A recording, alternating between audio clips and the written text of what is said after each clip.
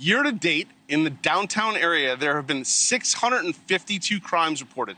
That's violent crime and property crime combined. Last year, there were 434, so that's a more than 50% increase in crime in 1 year, and we are halfway through 2025.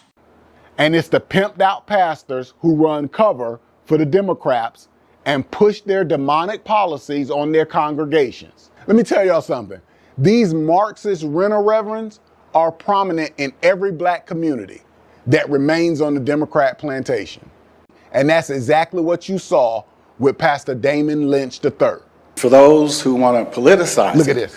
The J.D. Vances and the Vivek Ramaswamis and the Bernie Morenos and the Christopher Smithermans and many others who want to politicize it, they have not yet said something that I always hear when a black person, say, runs from the police and then is met with disproportionate force, sometimes ending their life. What we hear is, well, why did they run? Why didn't they just comply? We hear that every time. But I've yet to hear anybody say, why didn't he just walk away? I see why Nick Fuentes and them be saying black people have low IQs and stuff. But bro, how do you make a comparison between the police officers giving a person a lawful order and two people in the street having a mutual combatant situation?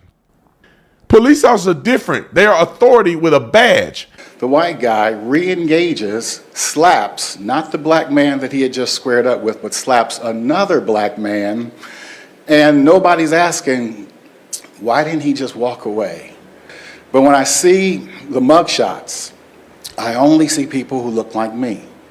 And so, sadly, I have to agree with those who are politicizing this and racializing this. I have to agree. This is racial because it is unequal justice.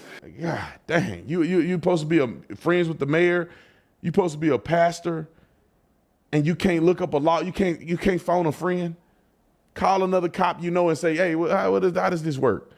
I don't see no white people getting arrested. Why ain't they arrested? Nobody pressed charges. If you research him, you'll see that this wasn't a one-off. This is consistent with what he believes. His job was to deflect and dog whistle to the black community. And this is why when you get into these broken blue neighborhoods, you will see crime, poverty, and churches all over the place.